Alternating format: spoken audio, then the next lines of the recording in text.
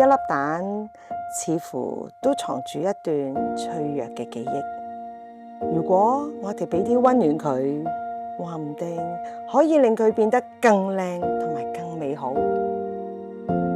嗰日我喺冷藏區嘅轉角，見到一個小朋友喎，急急忙忙咁搬住啲雞蛋。咁細嘅小朋友冇大人陪，一定有問題。小朋友，你爸爸媽媽喺邊啊？我揾唔到爸爸媽媽。咁你想唔想我陪你一齊去揾佢啊？想啊！攬攬先。哎呀，咁你拖住我好唔好？真係怪啦！嗱，拖住我喎。小朋友一直咁攬住我，唔肯放手。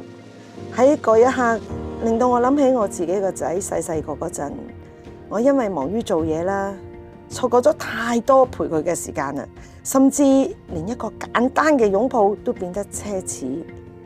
睇到呢個小朋友對我嘅依賴，令到我重溫久違嘅母愛。請留意廣播，有位姓林嘅小朋友揾緊媽媽，麻煩媽媽聽到廣播之後立即到收銀處，唔該晒。哎呀，媽咪喎，係喎，嗌聲媽咪。邊啊你？唔該晒你啊！唔使客氣。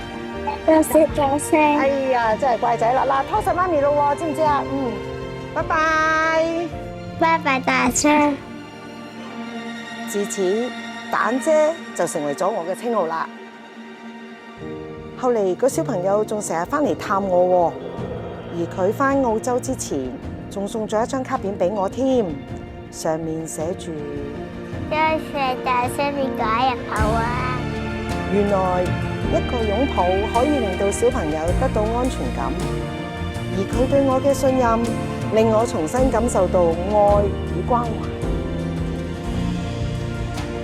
而家越嚟越多顧客同埋同事都叫我做蛋姐喎，呢個稱呼唔單止代表我嘅尊嚴，亦都象徵咗人同人之間嘅連結。我珍惜每一次嘅互動，亦都相信每一份簡單嘅善意都可以喺人生中留下溫暖。